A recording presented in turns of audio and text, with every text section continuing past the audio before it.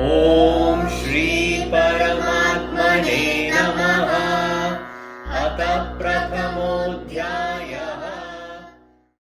ಯುಧಾಮನ್ಯುಶ್ಚ ವಿಕ್ರಾಂತಃ ಉತ್ತಮೌಜಶ್ಚ ವೀರ್ಯವಾನ್ ಸೌಭದ್ರೋ ದ್ರೌಪದೇಯಾಶ್ಚ ಸರ್ವ ಏವ ಮಹಾರಥಾಃ ಅಸ್ಮಾಕಂ ತು ವಿಶಿಷ್ಟಾಯೇ ತಾನಿ ಬೋಧ ದ್ವಿಜೋತ್ತಮ ನಾಯಕಾ ಮಮ ಸೈನ್ಯಸ್ಯ ಸಂಜ್ಞಾತಂ ತಾನ್ ಬ್ರವೀಮಿ ತೇ. ಭವಾನ್ ಭೀಷ್ಮಶ್ಚ ಕರ್ಣಶ್ಚ ಕೃಪಶ್ಚ ಸಮಿತಿಂಜಯಃ ಅಶ್ವತ್ಥಾಮಾ ವಿಕರ್ಣಶ್ಚ ಸೋಮದತ್ತಿಸ್ತಥೈವ ಚ ಅನ್ಯೇ ಚ ಬಹವಃ ಶೂರಾಃ ಮದರ್ಥೇ ತ್ಯಕ್ತಜೀವಿತಾಃ ನಾನಾಶಸ್ತ್ರಪ್ರಹರಣಾಃ ಸರ್ವೇ ಯುದ್ಧವಿಶಾರದಾಃ ಅಪರ್ಯಾಪ್ತಂ ತದಸ್ಮಾಕಂ ಬಲಂ ಭೀಷ್ಮಾಭಿರಕ್ಷಿತಂ ಪರ್ಯಾಪ್ತಂ ತ್ವಿದಮೇತೇಷಾಂ ಬಲಂ ಭೀಮಾಭಿರಕ್ಷಿತಂ. ಓಂ ಶ್ರೀ ಗುರುಭ್ಯೋ ನಮಃ. ಕೃಷ್ಣಂ ವಂದೇ ಜಗದ್ಗುರುಂ.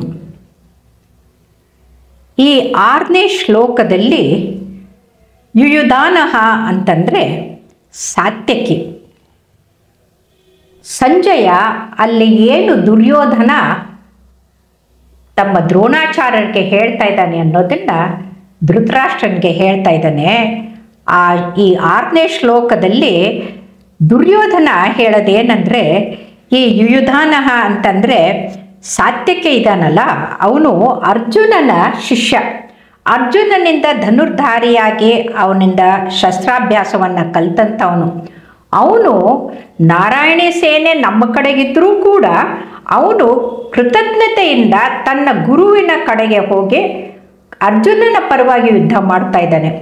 ಆದರೆ ನೋಡಿ ದ್ರೋಣಾಚಾರ್ಯರೇ, ನಿಮ್ಮ ಶಿಷ್ಯನಾದಂಥ ಅರ್ಜುನ ಅವನು ವಿಶ್ವದಲ್ಲೇ ಉತ್ತಮವಾದಂಥ ಶ್ರೇಷ್ಠ ಧನುರ್ಧರನ ಮಾಡಬೇಕು ಅಂತ ನೀವು ಇಷ್ಟು ಶ್ರಮಪಟ್ಟಿದ್ದೀರಿ. ಆದರೆ ಅವನು ಎಂಥ ಕೃತಜ್ಞ ನೋಡಿ, ಅವನು ನಿಮ್ಮ ವಿರುದ್ಧ ಯುದ್ಧ ಮಾಡೋಕ್ಕೆ ಶಸ್ತ್ರ ಎತ್ತಿದ್ದಾನೆ ಅಂತ ದುರ್ಯೋಧನ ಇದ್ದವನು ತಮ್ಮ ಗುರುಗಳ ಮನಸ್ಸಿನಲ್ಲೇ ವಿಷವನ್ನು ಬೆರೆಸೋಕ್ಕೆ ಪ್ರಯತ್ನ ಮಾಡ್ತಾ ಇದ್ದಾನೆ.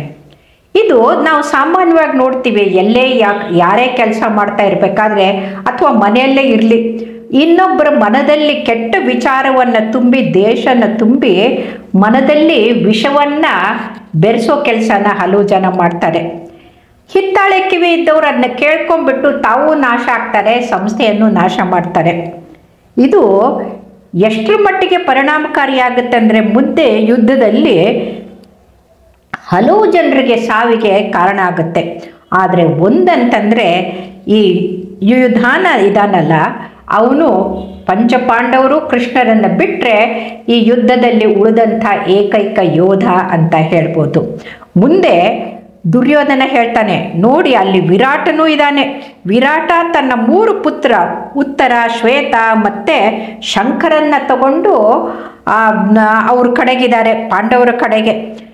ಆಮೇಲೆ ಆ ವಿರಾಟ ನೋಡಿ ಹೇಗೆ ಇದಂತಂದರೆ ತಮ್ಮವರೇ ಅಂದ್ಕೊಂಡ್ಬಿಟ್ಟು ಅವ್ರ ಕಡೆಗೆ ನಿಂತ್ಕೊಂಡಿದ್ದಾನೆ ಅಂತ ಹೇಳೋಕ್ಕೆ ಶುರು ಮಾಡ್ತಾನೆ. ಅದರ ಜೊತೆಗೆ ಕಾಶಿರಾಜನ ಬಗ್ಗೆ ಕೂಡ ಹೇಳ್ತಾನೆ. ಕಾಶಿರಾಜ ದೊಡ್ಡ ವೀರ, ಶೂರ, ಮಹಾರಥಿ, ಅವನು ಕೂಡ ಪಾಂಡವರ ಸೈನ್ಯದ ಕಡೆಗಿದ್ದಾನೆ. ಅದಕ್ಕಾಗಿ ಎಚ್ಚರಿಕೆಯಿಂದ ಇರಬೇಕು ನಾವು ಅಂತ ಹೇಳ್ತಾನೆ. ಮುಂದೆ ಕಾಶಿರಾಜನನ್ನು ಕೂಡ ಯುದ್ಧದಲ್ಲಿ ಸಾಯಿಸ್ತಾರೆ.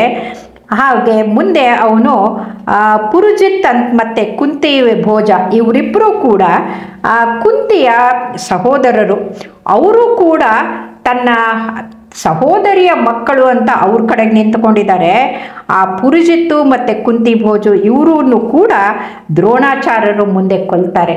ಹಾಗಾಗಿ ಯಾರ್ಯಾರನ್ನ ಟಾರ್ಗೆಟ್ ಮಾಡಿ ಯಾರ್ಯಾರನ್ನ ಕೊಲ್ಲಬೇಕು ಅಂತ ಒಬ್ಬೊಬ್ಬರೇ ಶೂರರ ಹೆಸರನ್ನು ಅವನು ದುರ್ಯೋಧನ ಇದ್ದವನು ತನ್ನ ಗುರುಗಳ ಮುಂದೆ ಹೇಳ್ತಾ ಇದ್ದಾನೆ. ಅದೇ ರೀತಿ ಮುಂದೆ ಪಾಂಚಾಲ ದೇಶದ ದೊಡ್ಡ ಬಲಶಾಲಿ ವೀರನಾದಂಥ ಅವ್ರನ್ನು ಕೂಡ ಯುಧಮನ್ಯು, ಉತ್ತಮೌಜ ಇವರೆಲ್ಲರನ್ನು ಹೇಳ್ತಾನೆ. ಅವ್ರನ್ನ ಮುಂದೆ ಅಶ್ವತ್ಥಾಮ ಇದ್ದವನು ಮಲಗಿದಾಗ ಕೊಲ್ತಾನೆ. ಇನ್ನು ಸೌಭದ್ರಹ ಅಂತಂದರೆ ಅಭಿಮನ್ಯು, ಸುಭದ್ರೆಯ ಮಗ ಅಭಿಮನ್ಯು. ಅಭಿಮನ್ಯು ಇದ್ದವನು ನಮಗೆಲ್ಲ ಗೊತ್ತಿದ್ದಾಗೆ ತಾಯಿಯ ಗರ್ಭದಲ್ಲಿದ್ದಾಗಲೇ ತನ್ನ ಮಾವ ಕೃಷ್ಣನಿಂದ ಚಕ್ರವ್ಯೂಹದಲ್ಲಿ ಹೋಗೋದನ್ನು ಕಲ್ತಿದ್ದ, ಆದರೆ ಹೊರಗಡೆ ಬರೋದನ್ನು ಕಲ್ತಿರಲಿಲ್ಲ. ಅವನು ಮುಂದೆ ಚಕ್ರವ್ಯೂಹದಲ್ಲಿ ಹೋದಾಗ ದುಶ್ಯಾಸನನ ಪುತ್ರ ಅನ್ಯಾಯವಾಗಿ ಅವನಿಗೆ ಗದಾಪ್ರಹಾರ ಮಾಡಿ ಅವನನ್ನು ಸಾಯಿಸ್ತಾರೆ. ಅಂಥ ಸೌಭದ್ರ ಶೂರ ವೀರನು ಮುಂದೆ ಇದ್ದಾನೆ ಅಂತ ಹೇಳ್ತಾ ಇದ್ದಾನೆ. ಅದಲ್ಲದೆ ದ್ರೌಪದೇಯಾಶ್ಚ ಅಂತಂದರೆ ಯುಧಿಷ್ಠರ, ಭೀಮ, ಅರ್ಜುನ, ನಕುಲ, ಸಹದೇವ ಈ 5 ಮೂಲಕ ದ್ರೌಪದಿಯ ಗೌರವದಿಂದ ಹುಟ್ಟಿದಂಥ ಕ್ರಮೇಣವಾದಂಥ 5 ಮಕ್ಕಳನ್ನು ಕೂಡ ಅವರು ಶೂರರಾಗಿ ಅಲ್ಲಿ ಮುಂದೆ ನಿಂತಿದ್ದಾರೆ. ಮುಂದೆ ಅಶ್ವತ್ಥಾಮ ಅಂದರೆ ದ್ರೋಣಾಚಾರ್ಯರ ಮಗ ರಾತ್ರಿಯಲ್ಲಿ ಅವರನ್ನು ಸಾಯಿಸ್ತಾರೆ.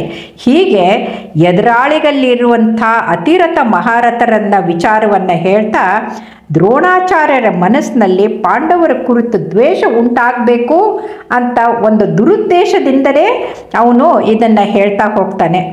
ಇನ್ನು ಮುಂದಿನ ಶ್ಲೋಕ 7ನೇ ಶ್ಲೋಕಲ್ಲಿ ಅಸ್ಮಾಕಂ ಅಂತ ಹೇಳಬೇಕಾದ್ರೆ ಇಲ್ಲಿ ನಮ್ಮ ಪಕ್ಷದಲ್ಲಿಯೂ ಯಾರೂ ಕಡಿಮೆ ಇಲ್ಲ, ನಮ್ಮಲ್ಲೂ ಕೂಡ ಬೇಕಾದಷ್ಟಿದ್ದಾರೆ ಅಂತ. ಯಾಕೆ ಹೀಗೆ ಹೇಳೋಕ್ಕೆ ಶುರು ಮಾಡ್ತಾನೆ ಅಂದರೆ, ಯಾವಾಗ ವಿರೋಧಿಗಳ ಬಗ್ಗೆ ವಿಶೇಷವಾದಂಥ ಗುಣ ಶೂರ ವೀರರನ್ನು ಹೇಳಿದಾಗ ದುರ್ಯೋಧನನ ಮಾತಿಗೆ ದ್ರೋಣಾಚಾರ್ಯ ಏನು ಪ್ರತಿಕ್ರಿಯೆ ತೋರಿಸೋದಿಲ್ಲ. ಆವಾಗ ಎಲ್ಲಿ ತಪ್ಪು ತಿಳ್ಕೊಂಡ್ಬಿಟ್ಟು ಹಾಗಾಗಿ ಅವರೇ ಶೂರಾಗಿದ್ದರೆ ಸಂಧಾನ ಮಾಡ್ಕೊ ಅಂತ ಹೇಳಿಬಿಡ್ತಾರೋ ಅನ್ನೋ ಭಯದಿಂದ ಅವನಿದ್ದವನು ತಮ್ಮ ಕಡೆಗೂ ಶೂರರಿದ್ದಾರೆ, ಬೇಕಾದಷ್ಟು ಜನ ಇದ್ದಾರೆ ಅಂತ ಹೇಳಕ್ಕೆ ಶುರು ಮಾಡ್ತಾನೆ. ದ್ರೋಣಾಚಾರ್ಯರೇ, ನೀವು ಮತ್ತು ಭೀಷ್ಮ ಪಿತಾಮಹರು, ಕರ್ಣ, ಸಂಗ್ರಾಮ ವಿಜಯಿ, ಕೃಪಾಚಾರ್ಯರು, ಹೀಗೆ ಅಶ್ವತ್ಥಾಮ, ವಿಕರ್ಣ, ಸೋಮದತ್ತ, ಭೂರಿಶ್ರವ ಇವರೆಲ್ಲರೂ ಕೂಡ ನಮ್ಮ ಕಡೆಗೂ ಇದ್ದಾರೆ. ನಮ್ಮಲ್ಲೇನು ಶೂರರೇನು ಕಡಿಮೆ ಆಗಿಲ್ಲ, ಹಾಗಾಗಿ ನಮ್ಮಲ್ಲೂ ಕೂಡ ಬೇಕಾದಷ್ಟಿದ್ದಾರೆ ಅಂತ 8ನೇ ಶ್ಲೋಕದಲ್ಲಿ ಅವ್ರು ಹೇಳ್ತಾರೆ. ಇನ್ನು 9ನೇ ಶ್ಲೋಕದಲ್ಲಿ ಇವರೆಲ್ಲ ನನಗಾಗಿ ತಮ್ಮ ಜೀವನ ಹಂಗನ್ನು ಕೂಡ ತೊರೆದು ಅವರೆಲ್ಲರೂ ಶೂರ ವೀರರು ನಮಗಾಗಿ ಶಸ್ತ್ರ ಹಿಡ್ಕೊಂಡು ನಮ್ಮ ಕಡೆಗಿದ್ದಾರೆ, ಇವರೆಲ್ಲ ಪ್ರಚಂಡರು, ಪ್ರವೀಣರು ಅಂತ ಹೇಳ್ತಾರೆ. ಅದ್ರ ಜೊತೆಗೆ ಮುಂದೆ ಅವನಲ್ಲಿ ಎಲ್ಲೋ ಒಂದು ಕಡೆಗೆ ಎಷ್ಟೇ ಜಂಬ ಕೊಚ್ಕೊಂಡು ನಮ್ಮ ಕಡೆಗೂ ಶೂರರಿದ್ದಾರೆ ಅಂತ ಹೇಳಿದ್ರು ಕೂಡ ಅವನಿಗೆ ತನ್ನಲ್ಲೇ ತನ್ನ ಆತ್ಮಬಲ ಕುಂದಿತ್ತು ಅನ್ನೋದಕ್ಕೆ ದ್ಯೋತಕವಾಗಿ ಅವನ ಆತ್ಮವಿಶ್ವಾಸ ಕಡಿಮೆ ಆಗಿತ್ತು. ಆದ್ದರಿಂದ ಅವನು ಹೇಳ್ತಾನೆ ಅಪರ್ಯಾಪ್ತಂ ಅಂತ 10ನೇ ಶ್ಲೋಕದಲ್ಲಿ ಹೇಳ್ತಾನೆ. ಅಂದರೆ ದ್ರೋಣಾಚಾರ್ಯರೇ ನೋಡಿ, ನಮ್ಮಲ್ಲಿ ಅಪರ್ಯಾಪ್ತವಾಗಿದೆ, ಅಸಮರ್ಥವಾಗಿದ್ದೀವಿ. ಯಾಕಂತಂದರೆ ನಮ್ಮಲ್ಲಿ ದ್ವಂದ್ವ ಇರುವಂಥ ವ್ಯಕ್ತಿಗಳೇ ಸೇನಾಪತಿಗಳಾಗಿದ್ದಾರೆ. ಅಂದರೆ ಭೀಷ್ಮ ಪಿತಾಮಹರು ಸಂಪೂರ್ಣವಾಗಿ ನಮ್ಮ ಕಡೆಗಿಲ್ಲ, ಅವರು ಎಲ್ಲೋ ಒಂದು ಕಡೆಗೆ ಅವ್ರ ಮನಸ್ಸಿನಿಂದ ಅವ್ರ ಆಶೀರ್ವಾದ ಪಾಂಡವರ ಕಡೆಗೆ ಇದೆ. ಹಾಗಾಗಿ ನಮ್ಮಲ್ಲಿ ಇದು ಕಡಿಮೆ ಇದೆ ಅಂತ ಯಾವ ವ್ಯಕ್ತಿಯಲ್ಲಿ ಕೀಳರಿಮೆ ಬರುತ್ತೋ, ಅವರ ಆತ್ಮಬಲ ಕುಂದುತ್ತೋ, ಅವರು ಗೆಲ್ಲಕ್ಕೆ ಸಾಧ್ಯ ಇಲ್ಲ ಅನ್ನೋದನ್ನ ನಾವು ಈ ವಚನದಿಂದ ಈ ಶ್ಲೋಕದಿಂದ ಕಲಿಬೇಕಾಗತ್ತೆ. ಹಾಗಾಗಿ ಇಲ್ಲಿ ನಾವೇನೇ ಸಾಧಿಸಬೇಕಂದ್ರೆ ನಮ್ಮ ಆತ್ಮಬಲ, ಆತ್ಮವಿಶ್ವಾಸ ವರ್ಧಿಯಾಗಿರಬೇಕು. ಆಮೇಲೆ ಅಲ್ಲಿ ಶ್ರದ್ಧೆ ಕೂಡ ಇರಬೇಕು. ಯಾಕಂದರೆ ಇಲ್ಲಿ ದುರ್ಯೋಧನ ಹೇಳ್ತಾನೆ, ಅಲ್ಲಿ ಬಲಂ ಭೀಮಾಭಿ ಅಂತ ಹೇಳ್ತಾನೆ. ಯಾಕಂದರೆ ಭೀಮ ಇದ್ದವನು ಅವರ ಸೇನಾಪತಿ, ಅವನಿಗೆ ಬಲವಾದಂಥ ಒಂದು ಬಲಿಷ್ಠವಾದಂಥ ಕೇವಲ ಶರೀರ ಒಂದೇ ಅಲ್ಲ, ಅವನಿಗೆ ಗುರಿ ಕೂಡ ಇದೆ. ಸೋಲಿಸಬೇಕು, ತಾನು ಗೆಲ್ಲಬೇಕು, ಪಾಂಡವರು ಗೆಲ್ಲಬೇಕು ಅನ್ನೋ ಒಂದು ಗುರಿಯನ್ನು ಇಟ್ಕೊಂಡು ಅವನು ಶ್ರದ್ಧೆಯಿಂದ ಶ್ರಮ ಪಡ್ತಾ ಇದ್ದಾನೆ. ಆದರೆ ನಮ್ಮ ಕಡೆಗೆ ಮಾತ್ರ ನಾವು ಯಾಕೆ ಅಸಮರ್ಥರಾಗಿದ್ದೀವಿ ಅಂದರೆ, ನಮ್ಮ ಉಭಯ ಪಕ್ಷಪಾತಿಯಾದಂಥ ಭೀಷ್ಮರು ನಮ್ಮ ಕಡೆಗಿದ್ದಾರೆ. ಅವರು ಶರೀರ ನಮ್ಮ ಕಡೆಗಿದ್ದರೂ ಕೂಡ ಮನಸ್ಸು ಪಾಂಡವರ ಕಡೆಗಿದೆ ಅಂತ. ಹಾಗಾಗಿ ಇವರು ದ್ರೋಣಾಚಾರ್ಯರನ್ನ ಎತ್ತಿ ಕಟ್ಟಿ ಅವರಿಂದ ತಮ್ಮ ಕಡೆಗೆ ಗೆಲ್ಕೊಳ್ಳುವಂಥ ಪ್ರಯತ್ನವನ್ನು ದುರ್ಯೋಧನ ಇಲ್ಲಿ ಮಾಡ್ತಾ ಇದ್ದಾನೆ ಅಂತ ಈ 10ನೇ ಶ್ಲೋಕದಲ್ಲಿ ಗೊತ್ತಾಗತ್ತೆ. ಹಾಗಾಗಿ ಇವತ್ತಿನ 5 ಶ್ಲೋಕದಿಂದ ನಾವು ಕಲಿಬೇಕಾಗಿದ್ದು ಏನು ಅಂತಂದರೆ, ಇನ್ನೊಬ್ಬರ ಮನದಲ್ಲಿ ವಿಷ ತುಂಬೋದ್ರಿಂದ ಯಾವುದೂ ಒಳ್ಳೆಯದು ಆಗೋದಿಲ್ಲ. ಅದು ಅಂಥ ಕೆಟ್ಟ ಕೆಲಸವನ್ನು, ನೀಚ ಕೆಲಸವನ್ನು ಯಾರೂ ಮಾಡಬಾರ್ದು. ಅಕಸ್ಮಾತ್ ಯಾರಾದರೂ ಬಂದು ನಮಗೆ ಏನಾದರೂ ಕಿವಿಯಲ್ಲಿ ಕೆಟ್ಟದ್ದನ್ನು ಹೇಳಕ್ಕೆ ಬಂದರೆ ನಾವು ಅದರಿಂದ ಉತ್ತೇಜಿತರಾಗಿ ಕೆಟ್ಟ ಕೆಲಸವನ್ನು ಮಾಡೋಕ್ಕೆ ಹೋಗಬಾರ್ದು. ಅದು ವಿನಾಶಕ್ಕೆ ಕಾರಣ ಆಗುತ್ತೆ. ಎರಡನೇದು ಮುಖ್ಯವಾದಂಥ ಮಾತು ಅಂದರೆ ಯಾವಾಗಲೂ ನಮ್ಮಲ್ಲಿ ಆತ್ಮವಿಶ್ವಾಸ ಇರಬೇಕು. ನಾವು ಅಸಮರ್ಥರು, ನಮಗೆ ಸಾಮರ್ಥ್ಯ ಇಲ್ಲ ಅನ್ನುವ ಕೀಳರಿಮೆ ಬಂದಾಗ ನಾವು ಕೆಟ್ಟ ಕೆಲಸಕ್ಕೆ ಪ್ರೇರೇಪರಾಗ್ತೀವಿ. ಯಾಕಂದರೆ ನಮ್ಮ ಸಾಮರ್ಥ್ಯ ಕಡಿಮೆ ಆದಾಗ ನಾವು ಅಡ್ಡದಾರಿ ಮುಖಾಂತರ ಗೆಲ್ಲಕ್ಕೆ ಪ್ರಯತ್ನ ಮಾಡ್ತೀವಿ.